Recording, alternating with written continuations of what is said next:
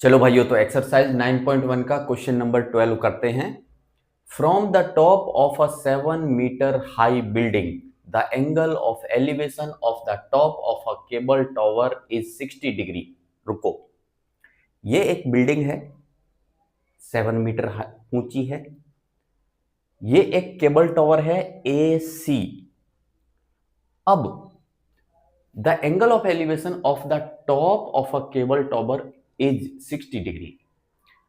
अब इसके टॉप से, बिल्डिंग के टॉप से यानी ई पॉइंट से इस केबल टॉवर का टॉप को देख रहा हूं, यानी ए को देख रहा हूं, तो एंगल कितना बन रहा है? एंगल ऑफ एलिवेशन क्या है? 60 डिग्री है। क्लियर है? And the angle of depression of its foot is 45 degree. यानी अगर इस बिल्डिंग के टॉप से मैं इस केबल टॉवर के फुट को देखूं, फुट यानी सी को देख रहा हूं, ई से सी को देख रहा हूं, तो एंगल ऑफ डिप्रेशन यानी ये वाला एंगल 45 डिग्री बन रहा है। Clear? Determine the height of the tower. अब मुझे टॉवर की हाइट निकालनी है, टॉवर यानी कि AC की हाइट निकालनी है। अब सबसे पहले तो एक चीज समझ लो कि ये बिल्डिंग है 7 मीटर ऊंची, तो ये है हमारा ग्राउंड। इस ग्राउंड के लेवल से मैंने एक लाइन खींच दी, तो बताओ BC कितना होगा? 7 मीटर होगा कि नहीं होगा? B से लेके C तक होगा 7 मीटर। क्लियर है? चलो, तो मुझे निकालना क्या है? मुझे घुमा फिरा के निकालना है AB। अगर AB निकल गया तो AB में 7 को ऐड कर देंगे तो पूरा टॉवर का हाइट यानी AC निकल के आ जाएगा कि नहीं निकल के आ जाएगा? क्लियर है? दूसरी चीज, ये जो टॉवर खड़ा है ये कैसे खड़ा है? वर्टिकली, तो यहां 90 डिग्री बनेगा और दूसरा यहां भी 90 डिग्री बनेगा कि नहीं बनेगा? अब दो ट्राइंगल मुझे नजर आ रहे हैं। एक ट्राइंगल है भाई ABE और दूसरा ट्राइंगल है BCE। दो ट्राइंगल नजर आ रहे हैं। क्लियर है? चलो, अब सबसे पहले हम क्या करते हैं, ट्राइंगल पकड़ लेते हैं BCE। Triangle BCE। अब देखो, वैसे ही समझ में आ रहा है। कैसे समझ में आ रहा है? कि यहां पे 90 बन रहा है, यहां पे 45 डिग्री बन रहा है, तो बताओ ये एंगल कितना होगा? भाई ये भी 45 डिग्री होगा। होगा कि नहीं होगा?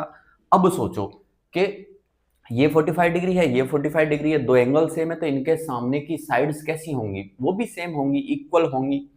तो इस 45 के सामने की साइड जो BC है वो 7 है, तो इस 45 के सामने की साइड क्या है भाई? BE। वो भी कितनी होगी? 7 होगी कि नहीं होगी? बता दो। होगी ना? बिल्कुल होगी। तो एक तो हमको ऐसे ही पता चल रहा है, क्या पता चल रहा है? कि भाई एंगल E बराबर एंगल C बराबर 45 डिग्री, है ना? तो सो BC बराबर क्या होगा? BE। और वो कितने के बराबर रहेगा? 7 मीटर के बराबर। बता दो, कोई दिक्कत है? लो, ऐसे कर लो। अगर ऐसे नहीं करना है, आपको दूसरा गधा मजदूरी करनी है, तो गधा मजदूरी सिखा देता हूं। लगाओ इस ट्राइंगल में, क्या लगाओ? tan 45 लगा दो। tan 45 डिग्री बराबर, इसको मिटा देता हूं, नहीं तो आप कंफ्यूज हो जाओगे। इसको मिटा देता हूं, ठीक है? चलो, लगाओ tan 45। तो tan 45 क्या रहता है भाई? Perpendicular upon base. परपेंडिकुलर क्या है? BC अपॉन बेस क्या है भाई? बेस क्या है? BE। tan 45 कितना रहता है? 1। BC हमको मालूम है, BC कितना है? 7 है। और BE हमको निकालना है, तो बताओ जरा BE कितना निकल के आया यहां से? BE बराबर 7 मीटर निकल के आया, नहीं निकल के आया? बिल्कुल निकल के आया, है ना? और एक चीज तो दिख ही रही है, जितना ED होगा उतना BC होगा, तो वो कोई टेंशन वाली बात नहीं है। तो BE कितना निकल के आया? 7 मीटर निकल के आया। चलो, अब ट्राइंगल उठा लेते हैं हम ABE। ट्राइंगल ABE लगा दें tan 60। tan 60 डिग्री बराबर परपेंडिकुलर यानी AB अपॉन बेस यानी BE। tan 60 की वैल्यू क्या रहती है भाई? √3 बराबर AB तो हमको निकालना है,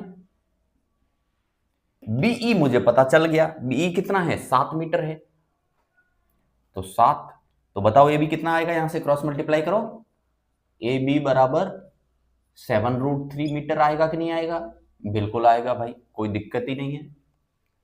अब मेरे पास सब कुछ हो गया, अब मुझे निकालनी हाइट ऑफ द टॉवर। तो देखो हाइट ऑफ केबल टॉवर बराबर क्या रहेगा, A B plus B C, A B plus B C. A B में निकाल के बैठा हूं, ए बी कितना है, ये निकल के आया हमारा 7√3 प्लस बी सी कितना है भाई, जितना डीई है उतना ही बीसी है, और जो कि क्या है, हाइट ऑफ द बिल्डिंग, कितना है 7। 7 को जरा कॉमन ले लूं, यहां क्या बचेगा √3 प्लस यहां क्या बचेगा 1 मीटर, ये निकल के आई भाई height of the cable tower. Clear है, ओके।